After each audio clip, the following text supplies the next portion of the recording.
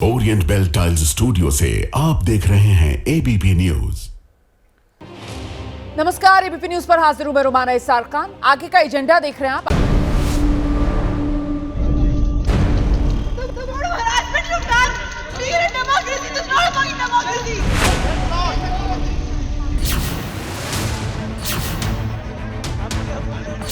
हम लोग नहीं चाहता धर्म के नाम पे कोई सेक्शन को कोई आघात देना, धर्म के नाम पे कोई प्रोवोकेशन बर्दाश्त भी नहीं करता है। एफआईआर महुआ मित्र के खिलाफ, मैत्र के खिलाफ है। माता काली के ऊपर कितना घटिया टिप्पणी किया, कोई एक्शन हुआ? एक्शन जो सनातनी है उनका ऊपर होता है, और यहाँ सनातनी का गाली देना लाइसेंस है। ऐसे लोगों के खिलाफ एक कानून बनना चाहिए। ये स्पीच एंड एक्सप्रेशन के लॉ को लेकर के उसका जो बेनिफिट उठा रहे हैं लोग, उसको खत्म किया जाए। किसी को जेल में डाल देना, उसको जेल में रखना, उसको सताना, उसका पूरा करियर, उसका पूरा कैरेक्टर खराब कर देना, ये जो है बहुत ही गलत है। किसी भी बेटी के साथ ऐसा नहीं होना चाहिए। देखिए, बंगाल में भूचाल और भूचाल के पीछे दो खबरें हैं। पहली खबर social media influencer Sharmishta Panoli की गिरफ्तारी है, और दूसरी खबर है बंगाल में बीजेपी वर्सेस टीएमसी का सियासी युद्ध। लेकिन बंगाल के इस भूचाल में पहले बार शर्मिष्ठा पनोली की गिरफ्तारी की करते हैं, और उस पर सियासत और अब नए नए खुलासे हो रहे हैं। सोशल मीडिया इन्फ्लुएंसर हैं शर्मिष्ठा पनोली। पश्चिम बंगाल पुलिस ने शर्मिष्ठा को सोशल मीडिया पर आपत्तिजनक बयान के लिए गुड़गांव से गिरफ्तार किया। लेकिन अब शर्मिष्ठा पनोली की गिरफ्तारी का विरोध और इस पर सियासी संग्राम शुरू हो गया। एक नया खुलासा हुआ है। खुलासा ये हुआ कि जिसकी शिकायत पर शर्मिष्ठा पनोली के खिलाफ कार्रवाई की गई, वो तो खुद धार्मिक भावनाएं भड़काने का वीडियो पोस्ट करता रहा है। इसीलिए तो अब इस मामले में सियासत और तेज हो गई है। आखिर जब शर्मिष्ठा पनोली और वजाहत मतलब शिकायतकर्ता दोनों ही धार्मिक भावनाएं भड़काने के जिम्मेदार हैं, दोनों ही इस तरीके के वीडियोस पोस्ट कर रहे हैं, तो फिर कार्रवाई सिर्फ शर्मिष्ठा पनोली पर क्यों? क्या अब वजाहत खान पर भी एक्शन होगा? ये सवाल बड़ा हो जाता है। और ऐसे में जिस वजाहत खान का जिक्र हम कर रहे हैं, वो नाम आज चर्चा में क्यों आया, जरा उसको आप समझ लीजिए। वजाहत खान रशीदी फाउंडेशन का सदस्य है। बताया जाता है वजाहत खान और रशीदी फाउंडेशन शर्मिष्ठा पनोली मामले में शिकायत करता है। लेकिन ये वजाहत खान खुद कई आपत्तिजनक वीडियो सोशल मीडिया पर पोस्ट कर चुका है।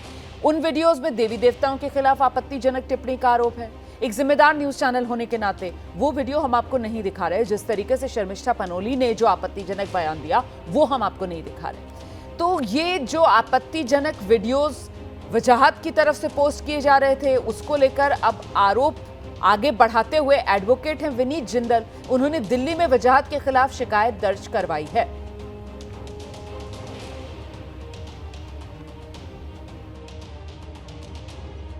वजाहत खान कादरी, जो कि कलकत्ता का रहने वाला है, लगातार अपने सोशल मीडिया अकाउंट एक्स व फेसबुक पर हिंदू धर्म के बारे में, हिंदू देवी देवताओं के बारे में बहुत से अभद्र पोस्ट इस व्यक्ति ने किए। आज सोशल मीडिया के माध्यम से मुझे ये पोस्ट शेयर किए गए, जिसमें माँ कामाख्या व श्री कृष्ण भगवान व हिंदू धर्म के लिए बहुत सी आपत्तिजनक बातें इस व्यक्ति ने की हैं। इसी को लेकर आज दिल्ली पुलिस कमिश्नर व साइबर सेल दिल्ली पुलिस के पास मैंने एक शिकायत दायर की है। आग्रह किया है कि इस व्यक्ति के ऊपर बीएनएस की धाराओं के तहत, आईटी एक्ट के तहत एफआईआर दर्ज की जाए, उसे जल्द से जल्द गिरफ्तार किया जाए। मैं बताना चाहूँगा कि ये वही व्यक्ति है जिसने शर्मिष्ठा, जो कि परसों गुड़गांव से बंगाल पुलिस ने जिनको गिरफ्तार किया था, जिनके ऊपर ये आरोप लगाया गया है कि प्रॉफेट मोहम्मद के बारे में उन्होंने कुछ आपत्तिजनक टिप्पणियाँ की थी, ये वही व्यक्ति है वजाहत खान जो उस मामले में शिकायत करता है। मैं कहूँ बहुत समझ से परे है कि एक ऐसा व्यक्ति दूसरों के ऊपर आरोप लगा रहा है और खुद हिंदू धर्म के बारे में इतनी अभद्र टिप्पणियां और पोस्ट करता है। तो ये सवाल अब पूछे जा रहे हैं कि अगर शर्मिष्ठा पनोली, जिन पर आरोप ये है कि उन्होंने पैगंबर मोहम्मद को लेकर आपत्तिजनक टिप्पणी की, उनको गिरफ्तार किया गया, तो फिर वजाहत, जिस पर आरोप है कि वो हिंदू देवी देवताओं को लेकर आपत्तिजनक टिप्पणी कर रहा है, तो फिर उसकी गिरफ्तारी क्यों नहीं? वजाहत के खिलाफ जो शिकायत दर्ज करवाई गई है, उसमें नफरत फैलाने वाले वीडियोज, धार्मिक भावनाओं का अपमान, अभद्र, आपत्तिजनक भाषा का प्रयोग, ये वो तमाम आरोप हैं जो दर्ज करवाए गए हैं। तो जिस तरीके के आरोपों के कटघरे में शर्मिष्ठा पनोली, उनकी तो गिरफ्तारी हो जाती है, लेकिन उसी तरीके के आरोपों के कटघरे में वजाहत भी, और वजाहत की गिरफ्तारी क्यों नहीं, ये सवाल बड़ा हो जाता है। सीधे आपको लेकर चलेंगे। इस समय हमारे साथ हमारे दो सहयोगी मौजूद हैं। आप देख रहे हैं प्रकाश सिन्हा कोलकाता से हमारे साथ मौजूद हैं और सुशील पांडे दिल्ली से हमारे साथ जुड़ गए। जरा पहले सुशील का रुख करते हैं। सुशील, जिस तरीके के आरोपों के कटघरे में शर्मिष्ठा पनोली, उसी तरीके के तो आरोप वजाहत खान पर भी लगाए गए हैं। जरा बताइए, ये जो दिल्ली में शिकायत दर्ज करवाई गई है वजाहत खान पर, इसमें क्या कुछ कहा गया है? बिल्कुल रुमाना जी, देखिए सीधे तौर पर आरोप दोनों पर बराबर हैं और जिस तरह से शर्मिष्ठा पर इस तरह से एक्शन लिया गया है कोलकाता पुलिस के द्वारा, ऐसे में सीधे तौर पर अब आरोप वजाहत पर भी लगा है। और इसी के मद्देनज़र ये जो कंप्लेन दर्ज कराई गई है वकील विनीत जिंदल की तरफ से, उसमें सीधे तौर पर ये सवाल खड़े किए गए हैं कि अगर धार्मिक भावनाओं को आहत किया गया है वजाहत की तरफ से, तो कार्रवाई उन पर क्यों नहीं की गई। और इसी आधार पर उन्होंने दिल्ली पुलिस को ये कंप्लेन दर्ज करवाई है, जिसमें उन्होंने जो बीएनएस की धारा है 195, 196, 356 और आईटी एक्ट के तहत ये पूरा जो शिकायत है वो दिल्ली पुलिस को दिया है और उन्होंने ये मांग की है कि वजाहत के खिलाफ भी कार्रवाई की जाए। तो ऐसे में सवाल जरूर खड़ा होता है कि जब एक पुलिस इस पूरे मामले में इस तरह की कार्रवाई कर रही है, तो ऐसे में शिकायत के बाद दिल्ली पुलिस क्या एक्शन लेती है या नहीं लेती है, क्योंकि अब इस पर सियासी घमासान भी हो चुका है। और सबसे बड़ी बात है कि धार्मिक भावनाओं को आहत करने को लेकर, वजाहत को लेकर वकील विनीत जिंदल ने कई ऐसे तथ्य सामने रखे, ट्विटर पोस्ट रखे, यूट्यूब के वीडियोस रखे हैं, जिसका जिक्र अभी थोड़ी देर पहले आप खुद भी कर रही थी। तो ऐसे में सवाल बिल्कुल खड़ा होता है कि आखिर कार्रवाई दो तरफा क्यों नहीं होनी चाहिए। अब ऐसे में सवाल बिल्कुल लाजमी है कि अगर शर्मिष्ठा पर एक्शन हुआ है तो वजाहत पर भी एक्शन होना चाहिए। और इसी के मद्देनजर वकील विनीत जिंदल ने ये मांग की है। उनसे जब मेरी बात हो रही थी तो उन्होंने कहा कि वो आज फिर दिल्ली पुलिस कमिश्नर से इस पूरे मामले में मिलने के लिए जा सकते हैं और अपनी बात रख सकते हैं कि इस पूरे मामले में दिल्ली पुलिस के द्वारा कार्रवाई की जाए। तो मुश्किलों में जरूर आने वाले दिनों में वजाहत पर। सुशील, मैं लौटूंगी आपके पास और अगला सवाल मेरा आपसे यही होगा कि क्या गिरफ्तारी अब मुमकिन है वजाहत की। लेकिन इस बीच जरा दर्शकों को बताते हैं कि बार काउंसिल ऑफ इंडिया के अध्यक्ष हैं, राज्यसभा सांसद हैं, बीजेपी के नेता हैं मनन मिश्रा।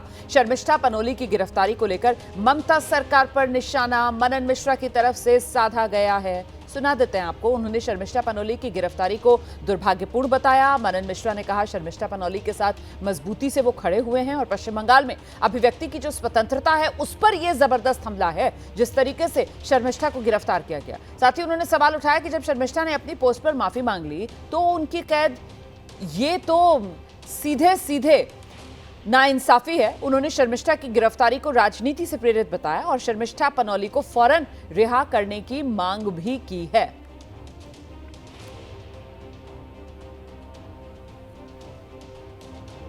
और वहीं शर्मिष्ठा पर कोलकाता पुलिस की ये जो कार्रवाई हुई है, इस पर सियासी बयानबाजी लगातार सामने आ रही है। बीजेपी की सांसद कंगना रनौत, उन्होंने ममता सरकार पर सवाल उठा दिया कि जब शर्मिष्ठा माफी मांग चुकी हैं तो फिर टीएमसी सरकार ने आखिरकार गिरफ्तारी क्यों की और टीएमसी सरकार जो है वो बंगाल को नॉर्थ कोरिया बनाने पर क्यों तुल गई है।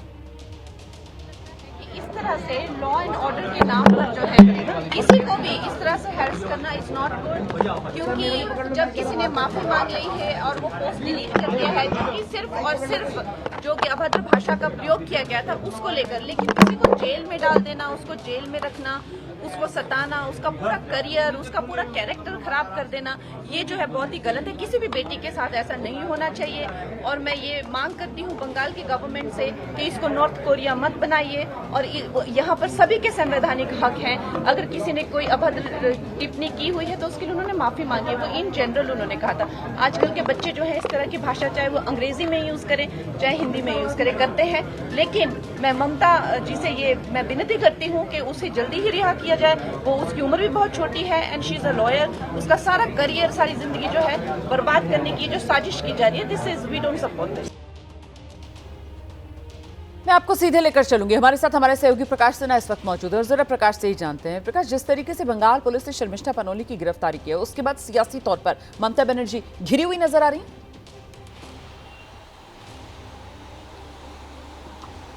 देखिए, मैं आपको बता दूं, सियासी घमासान तेज है और भविष्य की करते में छिपा है कि वजाहत खान जो है गिरफ्तार होंगे कि नहीं।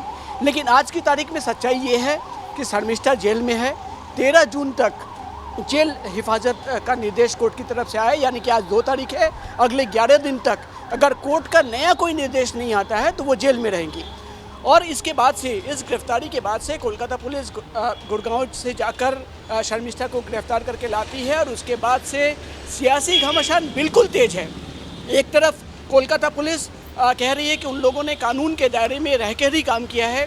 दूसरी तरफ तृणमूल कांग्रेस के तमाम नेता जो हैं वो कह रहे हैं कि पुलिस अपना काम कर रही है। पुलिस जो काम कर रही है उसमें तृणमूल कांग्रेस या सरकार की कोई दखलंदाजी नहीं है।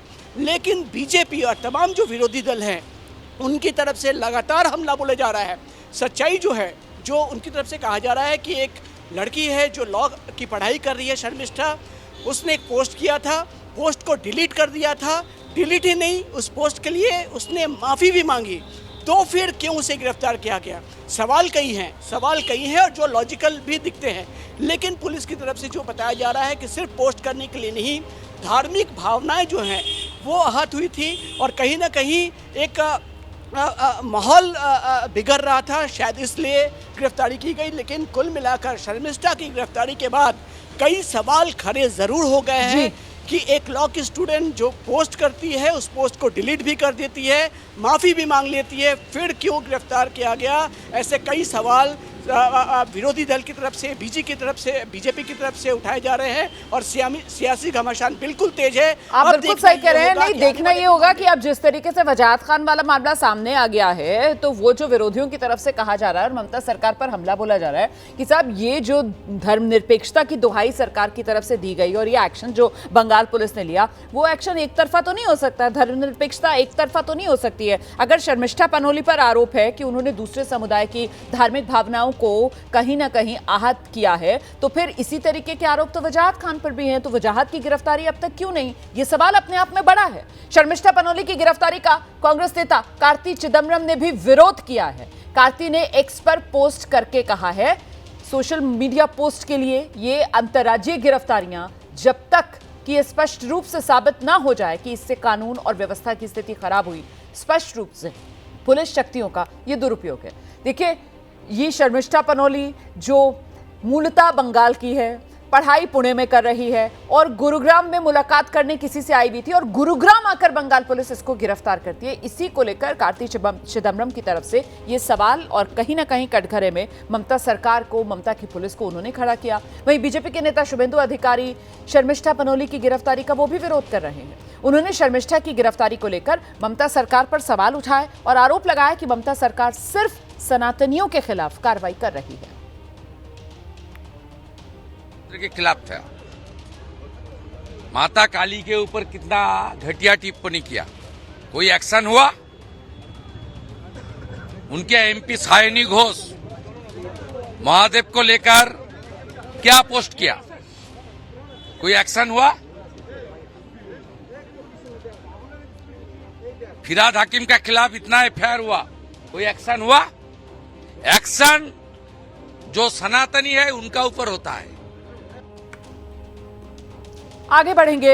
अगली खबर वो भी बंगाल से है, जहां सियासी भूचाल और इस सियासी भूचाल के सियासी पक्ष की ओर आपको बताएंगे हम कैसे अगले साल विधानसभा चुनाव जो होने हैं, चुनाव से 1 साल पहले ही बंगाल की सियासत गर्मा गई है।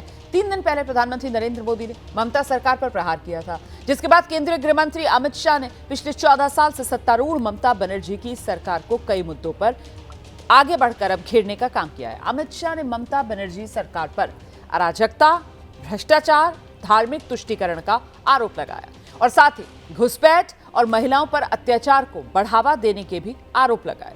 उन्होंने 2026 में, मतलब अगले साल जब विधानसभा चुनाव होंगे, तो फिर भाजपा की सरकार बनाने का दावा कर दिया है। अमित शाह ने ऑपरेशन सिंदूर का जिक्र करते हुए आरोप लगाया कि ममता बनर्जी ने विरोध किया और देश की करोड़ों महिलाओं की भावनाओं को ठेस पहुंचाई है।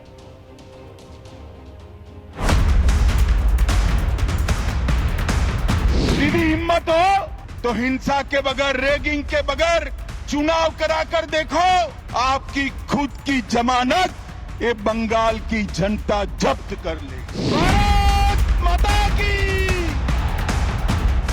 पूरा देश चाहता है कि यहां देशभक्तों की सरकार बने, तुष्टीकरण वालों की सरकार न बने। बंगाल में भाजपा सरकार बनानी है या नहीं बनानी है? घुसपैठ रोकनी है या नहीं रोकनी है? जय जय श्री राम। पहले 29 मई को अलीपुरद्वार में प्रधानमंत्री नरेंद्र मोदी की रैली और 3 दिन बाद कोलकाता में केंद्रीय गृह मंत्री अमित शाह का विजय संकल्प सम्मेलन। ऑपरेशन सिंदूर की सफलता के बाद हफ्ते भर में बीजेपी के 2 सबसे बड़े चेहरों के इन दौरों ने 2026 में होने वाले विधानसभा चुनाव से कई महीने पहले ही पश्चिम बंगाल का पॉलिटिकल पारा बढ़ा दिया है। कोलकाता में गृह मंत्री अमित शाह ने बंगाल में मारे गए बीजेपी कार्यकर्ताओं की याद दिलाते हुए कहा कि दीदी का टाइम ओवर हो गया, क्योंकि 2026 में पश्चिम बंगाल की पॉलिटिकल पिक्चर बदलने वाली है। बंगाल है जिसमें चुनाव के वक्त और दीदी को विजय मिलने के बाद सैकड़ों भारतीय जनता पार्टी के कार्यकर्ताओं को मौत के घाट उतार दिया। दीदी कब तक बचाओगी उनको? मेरी बात सुन लो, आपका समय अब समाप्त हो गया है। 26 में भारतीय जनता पार्टी की सरकार बनने वाली है। अमित शाह ने ममता बनर्जी सरकार पर पश्चिम बंगाल में अल्पसंख्यक तुष्टीकरण को बढ़ावा देने का आरोप लगाते हुए कहा कि दीदी ने सोनार बंगाल का सपना बर्बाद कर दिया। केंद्रीय गृह मंत्री ने कहा कि राज्य में ममता बनर्जी के आशीर्वाद से बांग्लादेशी घुसपैठ बढ़ते जा रहे हैं। मुर्शिदाबाद, बंगाल समेत कई हिस्सों में हुए दंगे राज्य सरकार प्रायोजित थे और अगर बंगाल में हिंसा के बिना चुनाव हो तो टीएमसी की जमानत जब्त हो जाएगी। ऑपरेशन सिंदूर के बाद पीएम मोदी के बंगाल दौरे पर ममता बनर्जी के बयानों पर सवाल उठाते हुए गृह मंत्री अमित शाह ने कहा कि ममता बनर्जी ने ऑपरेशन सिंदूर का विरोध किया। मोदी जी ऑपरेशन सिंदूर कर यहाँ आए तो एक घटिया सा राजनीतिक बयान देकर ऑपरेशन सिंदूर का विरोध किया। आने वाले चुनाव में ऑपरेशन सिंदूर पर सवाल उठाने वाली ममता जी को सिंदूर की कीमत बंगाल की माताएं बहनें जरा समझा दे, सिंदूर का अपमान करने का क्या मतलब है। दरअसल 29 मई को अलीपुरद्वार में हुई रैली के दौरान प्रधानमंत्री नरेंद्र मोदी ने ममता सरकार पर हमला बोलते हुए एक नारा दिया था, बंगाल में मची चीख पुकार, नहीं चाहिए निर्मम सरकार। जिसके बाद ममता बनर्जी ने पीएम मोदी और बीजेपी को बंगाल में तुरंत चुनाव कराने की चुनौती दे दी थी। वहीं बंगाल में प्रधानमंत्री के बाद गृह मंत्री के सियासी हमलों से ज्यादा तृणमूल कांग्रेस बीजेपी के आरोपों की टाइमिंग को लेकर भड़की है।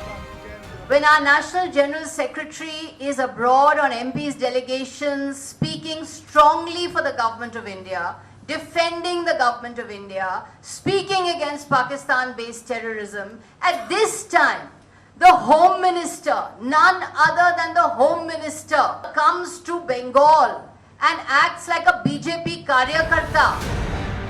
पश्चिम बंगाल में विधानसभा चुनाव में अभी करीब 10 महीने का लंबा वक्त बाकी है।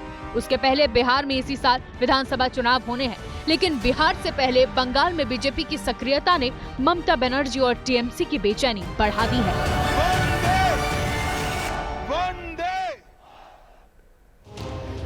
आगे का एजेंडा देख रहे हैं आप। सियासी खबरों के बाद अब जरा मौसम की मिजाज की बात कर लेते हैं और बादल फाड़ बर्बादी देश के बड़े हिस्से में हो रही है, उसी से जुड़ी कुछ खबरें आपको दिखाते हैं।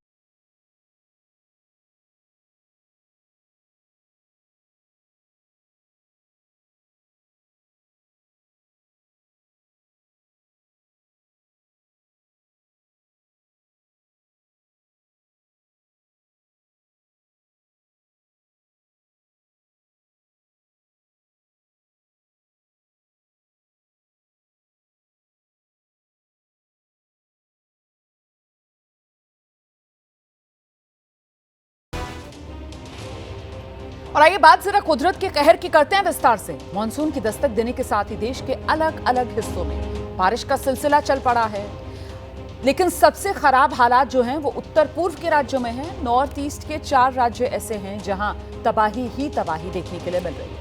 अरुणाचल प्रदेश में लगातार बारिश का सिलसिला जारी है, जिसकी वजह से नदियां उफान पर हैं। सिक्किम की राजधानी गंगटोक और मंगन में भी लगातार बारिश हो रही है, जनजीवन अस्त व्यस्त हो गया है। वहीं सिक्किम की जो तीस्ता नदी है उफान पर बह रही है।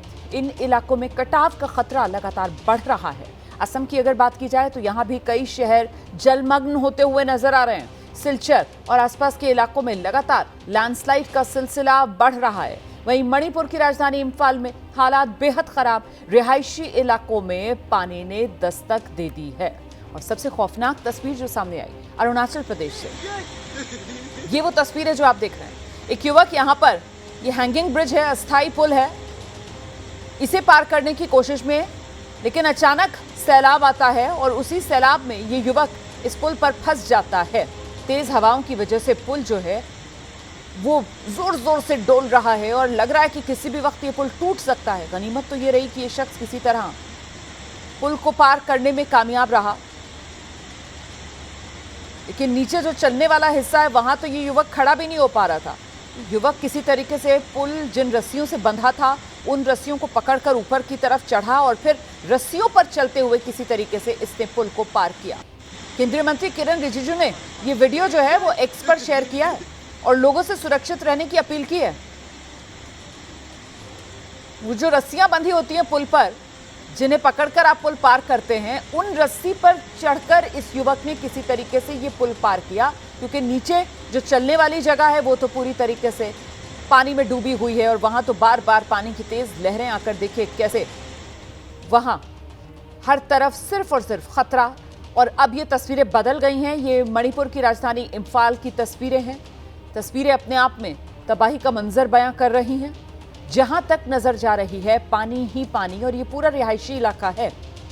पूरा रिहायशी इलाका इस वक्त जलमग्न नजर आ रहा है। सब देखिए, घर डूबे हुए हैं, सड़कों पर लबालब पानी, और ये जल कर्फ्यू जो इस वक्त आप देख रहे हैं इन तस्वीरों में, दूर दूर तक आपको कोई हलचल नजर नहीं आएगी। सन्नाटा पसरा हुआ है, सिर्फ मकान पानी में डूबे हुए।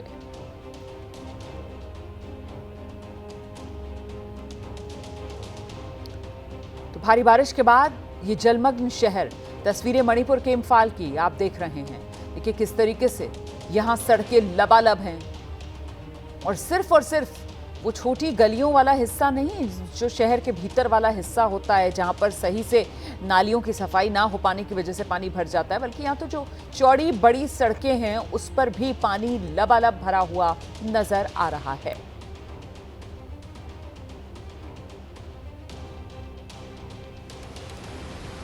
और अब ये कुछ और तस्वीरें आपके सामने, ये सिक्किम की तस्वीरें हैं। सिक्किम में अलग अलग जो नदियां हैं वो उफान पर हैं। ये तस्वीरें मंगन की हैं, जहां तेज बहाव में पुल का एक पूरा हिस्सा बह गया। ये देखिए तस्वीर आपके सामने है, और ये मंगन की तस्वीर आप देख रहे हैं। नदी का तेज बहाव और उसी के चलते ये पुल का हिस्सा आप देखिए कैसे बह चुका है। इसकी वजह से कई इलाकों का संपर्क टूट गया है। इस पुल को फिर से जोड़ने की कोशिशें की जा रही हैं, लेकिन पानी का बहाव इतना तेज कि अब पूरे पुल के एक हिस्से को ही अपने साथ बहा कर ले गया। देखिए सर, अभी भी जब कुछ थमी है पानी की रफ्तार, तो भी किस तरीके से डरा रहा है ये जल प्रवाह। तो सिक्किम मंगन की ये तस्वीरें आपके सामने, और यहां पर ये तीस्ता नदी है जो उफान पर है। तो पूर्वोत्तर में लाइफलाइन के तौर पर तीस्ता की भी अपनी एक पहचान है, और वही तीस्ता नदी आप देखिए किस तरीके से उफान पर इस वक्त मॉनसून के इस मौसम में पूर्वोत्तर भारत पर बारिश की मार है, बाढ़ का प्रभाव है, और ऐसे में तीस्ता नदी की ये तस्वीरें डरा रही हैं। उफान पर तीस्ता नदी।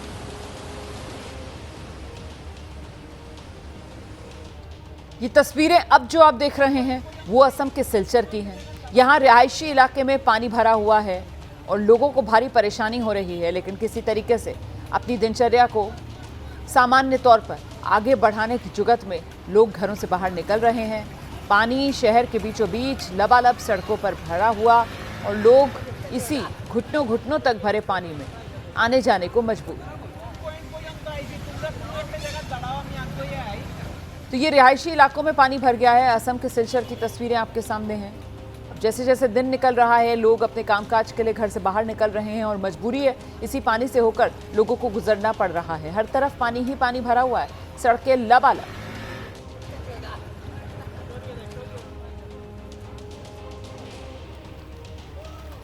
और अब ये जो तस्वीरें हैं ये भी असम की ही हैं, लेकिन ये असम की श्रीभूमि की तस्वीरें हैं।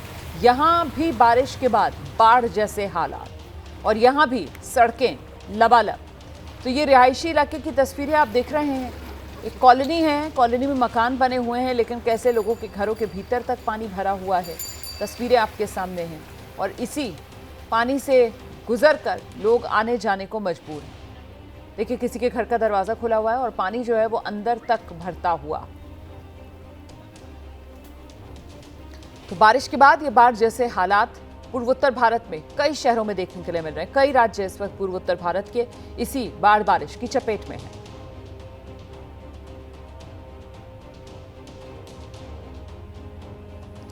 और अब तस्वीरें फिर से बदली हैं। ये जो तस्वीरें हैं तो असम की ही, लेकिन ये तस्वीरें असम के माजुली की हैं। और माजुली मतलब ब्रह्मपुत्र नदी, और ब्रह्मपुत्र नदी का जलस्तर यहाँ लगातार बढ़ रहा है। इसी की वजह से लोगों को नदी में जाने पर फिलहाल रोक प्रशासन की तरफ से लगा दी गई है। फेरी सेवा को भी अभी रोका गया है। देखिए आप किस तरीके से किनारे पर ये जो नाव है, फेरी है, वो नजर आ रही हैं यहाँ पर। और लोगों को नदी से दूर रहने के लिए चेतावनी पहले ही जारी कर दी गई है। एक बड़ी आबादी जो यहाँ असम में जीवन यापन के लिए ब्रह्मपुत्र नदी पर निर्भर है। और ऐसे में फिलहाल बाढ़ बारिश की वजह से ब्रह्मपुत्र नदी जिसका जलस्तर बढ़ रहा है, तो लोगों को ब्रह्मपुत्र नदी से दूर रहने के लिए चेतावनी जारी की गई है।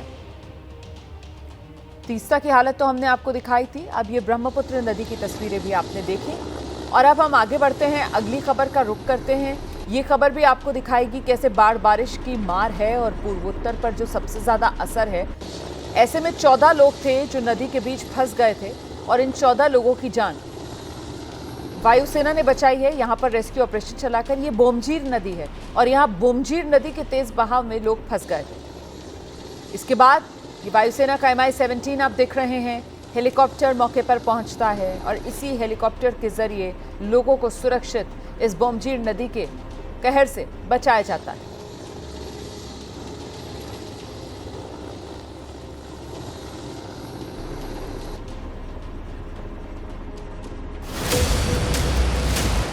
सिक्किम में उफान पर नदियां।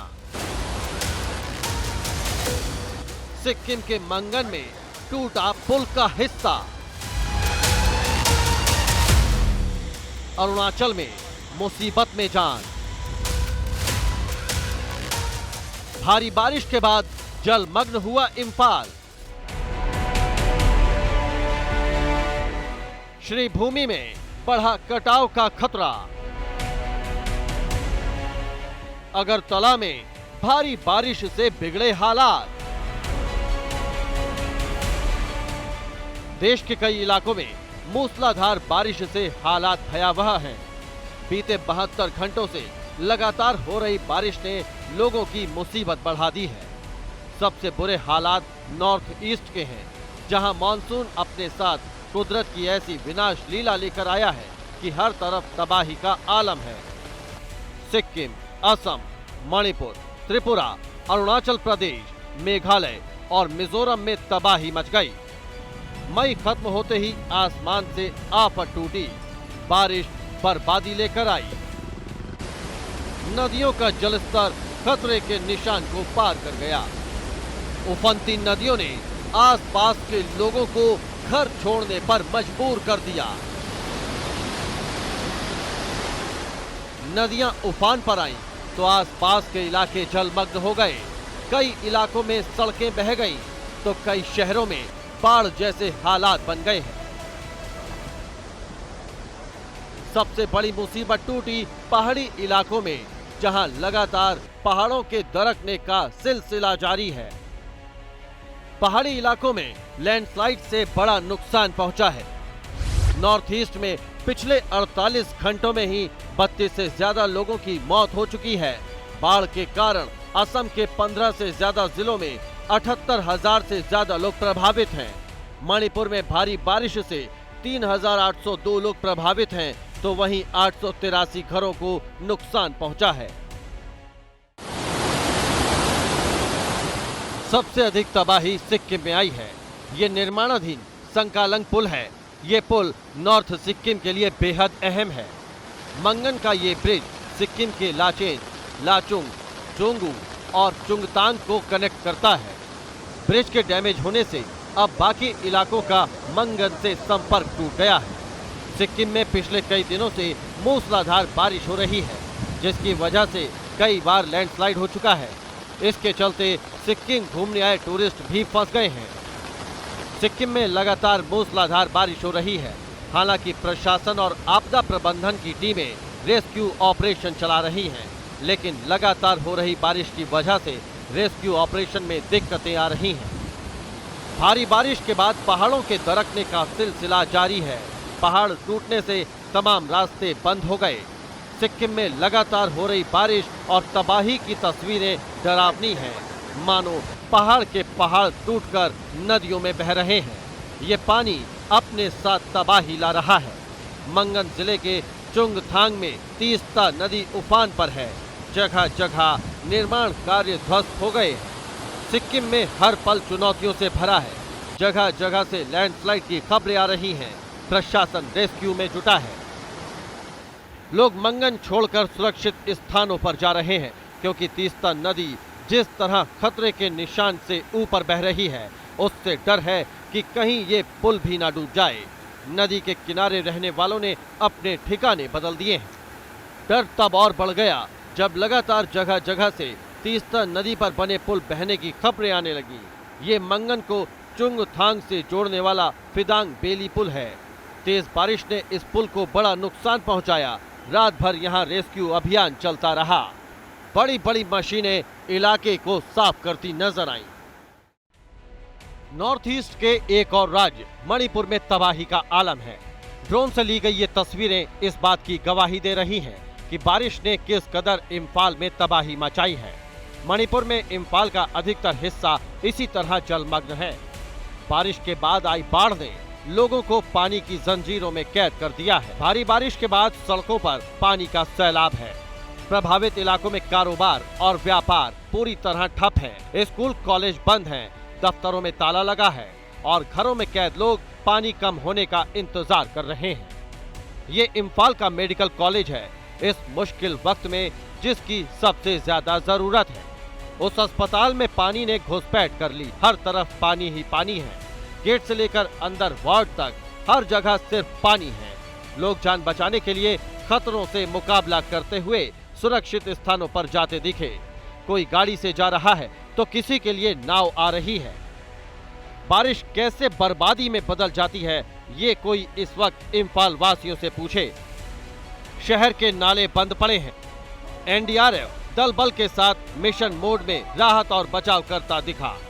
शहर की सड़कें तालाब में तब्दील हो गईं। जिन सड़कों पर सरपट वाहन दौड़ते दिखते थे, वहां तेज रफ्तार से नदियां बहती दिखीं। इस पानी के तेज बहाव के बीच जो कुछ भी आया, सब कुछ बह गया। टूटे रास्तों को साफ करती मशीनें जगह जगह दिखाई दे रही हैं। तेज रफ्तार से आ रहे पानी के बीच रेस्क्यू करना भी टीमों के लिए बड़ा चैलेंज बन गया है। हालात कब तक ऐसे ही बने रहेंगे, इसको लेकर लोग परेशान हैं। अब जरा अरुणाचल प्रदेश से आई इस तस्वीर को देखिए। भारी बारिश के बाद नदियां उफान पर हैं। नदियों का जलस्तर लगातार बढ़ रहा है। इस बीच एक शख्स अस्थायी पुल से नदी पार करने की कोशिश करता है। बारिश के साथ साथ लगातार तेज हवाओं की वजह से पुल टूटने का खतरा बन गया। काफी मशक्कत के बाद ये शख्स नदी पार करता है। गनीमत रही कि इसकी जान बच गई, लेकिन ये साफ है कि इस मौसम में इस तरह पुल पार करना अपनी जान जोखिम में डालना है। देखिए, जोरदार बारिश ने पूर्वोत्तर राज्य असम में मुसीबतों का पहाड़ तोड़ दिया है। राज्य के शहर शहर में इस वक्त बाढ़ जैसे हालात हैं। असम से जैसी तस्वीरें आ रही हैं, वो बेहद डरावनी है। लोग अपने घर, सामान सब कुछ छोड़कर सुरक्षित स्थान पर जाने को मजबूर हैं।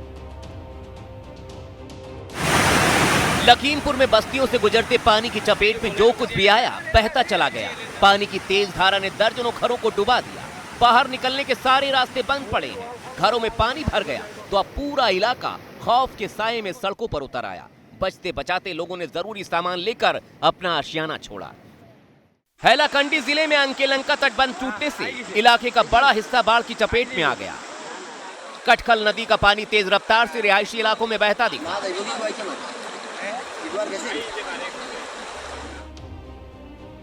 और असम के अलग अलग इलाकों में बारिश से स्थिति बेहद खराब है। करीब 80,000 लोग असम में बाढ़ से प्रभावित हुए हैं। असम की करीब सभी प्रमुख नदियों का जलस्तर बढ़ा हुआ है।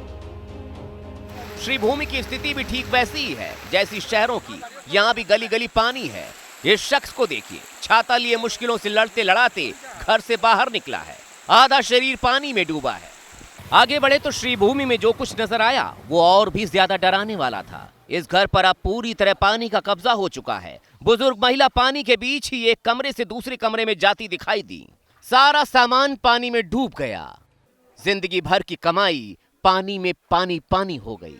ब्रह्मपुत्र नदी भी उफान पर है और इस वजह से डिब्रूगढ़ के निचले इलाके पानी में डूब गए। घरों में पानी भर गया। लोगों को एक जगह से दूसरी जगह लाने के लिए नाव का सहारा लेना पड़ा। जम्मू कश्मीर के गुलमर्ग में लगातार मौसम खराब, बर्फबारी हो रही है। इसी बर्फबारी के बीच गुलमर्ग में पर्यटकों की भीड़ में देखिए किस तरीके से बड़े पर्यटकों की जो भीड़ है वो उमड़ पड़ी है।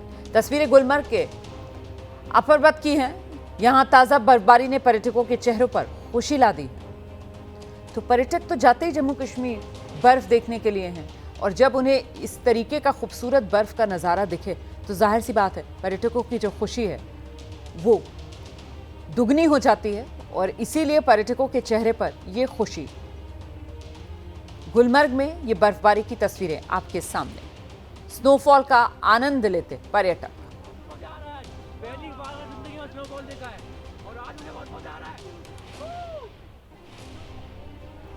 तो ये जम्मू कश्मीर की तस्वीरें हैं, खूबसूरत तस्वीर हैं और पर्यटक देखिए किस तरीके से यहां पर खुशियां मनाते हुए नजर आ रहे हैं। बर्फ से खेलते हुए यहां पर नजर आ रहे हैं। बर्फबारी का लुत्फ उठाते हुए नजर आ रहे हैं। जम्मू कश्मीर की गुलबर्ग की ये खूबसूरत तस्वीरें। बर्फबारी के साथ जम्मू कश्मीर में सफेद चादर बिछती हुई। देश में कोरोना के एक्टिव केसेस में लगातार बढ़ोतरी हो रही है। बीते 24 घंटे में कोरोना के 203 मामले सामने आए हैं। बीते 24 घंटे में कोरोना से 4 लोगों की मौत हुई है और देश में कोरोना के कुल 3,961 एक्टिव मरीज हैं और अब तक जो मरने वालों का कुल आंकड़ा है कोरोना की वजह से वो 32 पर पहुंचा है। तो 24 घंटे के आंकड़े भी मैं आपको बता रही हूं और साथ ही साथ कुल आंकड़े भी आपको बता रहे हूं। बीते 24 घंटे में कोरोना से जो मौत के मामले सामने आए हैं वो 4 और अब तक कुल 32 लोगों की जान गई।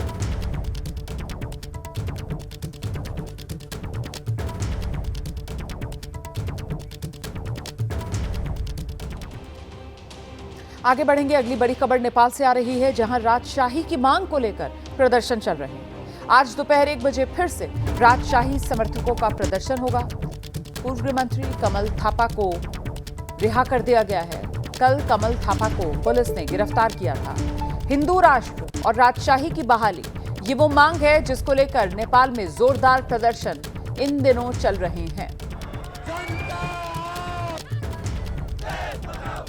तो पहले यही नेपाल की जनता थी जो राजशाही के खिलाफ एक समय में सड़कों पर उतरी थी और अब एक बार फिर नेपाल के यही लोग हैं जो अपने तंत्र से इतने निराश हैं कि एक बार फिर सड़क पर उतरकर राजशाही की मांग कर रहे हैं। दोपहर 1 बजे राजशाही की मांग को लेकर एक बड़े प्रदर्शन की तैयारी है।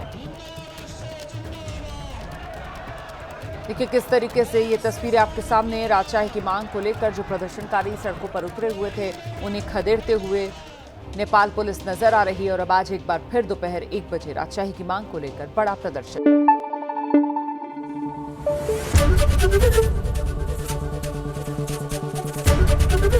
एबीपी न्यूज आपको रखे आगे।